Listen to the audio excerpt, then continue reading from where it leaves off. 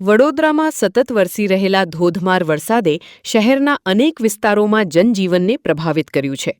ભાયલી વિસ્તારના સરદારનગરમાં વરસાદી પાણી ઘરોમાં ઘૂસી જતા લોકો ભારે મુશ્કેલીમાં મુકાયા છે.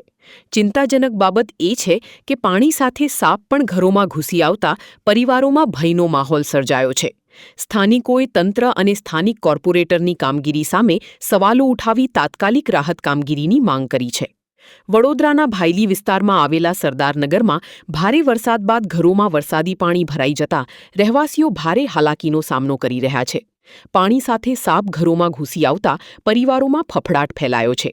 અનેક લોકોએ સાપ દેખાતા સુરક્ષિત સ્થળે જવા માટે ઘરની બહાર નીકળવાની ફરજ પડી હતી.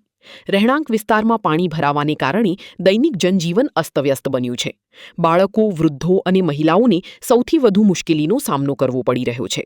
સ્થાનિક રહેવાસીઓએ વરસાદી પાણીના યોગ્ય નિકાલના અભાવે તંત્ર અને સ્થાનિક કોર્પોરેટરની કામગીરી સામે નારાજગી વ્યક્ત કરી છે. તેમણે આક્ષેપ કર્યો કે દર વર્ષે આવી સ્થિતિ સર્જાય છે, છતાં કાયમી ઉકેલ લાવવામાં આવ્યો નથી.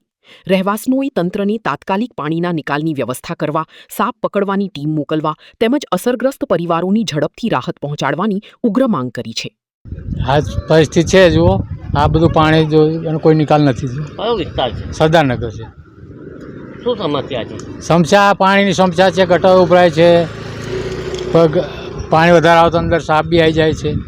કોઈ એવું એ નથી. તંત્ર દ્વારા કોઈ કામગીરી કરવામાં આવી ખરી? કશું જ નહીં, કોઈ જ નહીં. તંત્ર કોઈ કોર્પોરેટર સ્થાનિક જોવા માટે કઈ આવ્યા હોય? કોઈ જોવા આવતા હતા, બધું સારું થાય, સુવિધા થાય ને. આ જે પરિસ્થિતિ છે દર વર્ષની છે? દર વર્ષે સાહેબ, દર વર્ષની. તમે છેલ્લા કેટલા વર્ષથી અહીંયા રહો? હું લગભગ આજે 25 વર્ષ જેવું થયું, પણ કોઈ નહીં. 25 વર્ષથી હજુ પણ કોઈ? હા, જુઓ ને, તમે જ જુઓ ને કેવું છે. તમે તો જોઈ રહ્યા છો, હા. તો લાગે છે કે બરાબર છે, પણ આપ તો 25 વર્ષથી કશું જ ભોગવી રહ્યા છે. અમે શું કરવાનું? અમારા ઘરમાંથી કેટલી વાર સાપ બી આવી ગયા છે અને પકડવા બી કેટલા પકડાયા છે, પણ કોઈ એવું નથી કે ચાલો ભાઈ કેટલું ઘાસ સારો છે. તે છતાં પણ તંત્ર જાગતું નથી. આપનું શું માનવું છે? હવે તો વડોદરાની વાત કરીએ છીએ, વડોદરાને ખૂબ સુંદર ને સારું બનાવી રહ્યા છે. હવે તો હવે સરકાર પર ભરોસો કે સારું કરો, સારું વળી એમને આમ ગરીબો પર ધ્યાન આપે સારું. એક મતદાર તરીકે આપનું શું માનવું છે? મતદાન તરીકે તો હવે હું એવું કહું કે સારું કહેવાય. જો એમને જે આમ દયા પ્રેમ ભાવ હોય તો કરે એવું ઈચ્છું છું. શું નામ છે? મારું શાંતિલાલ.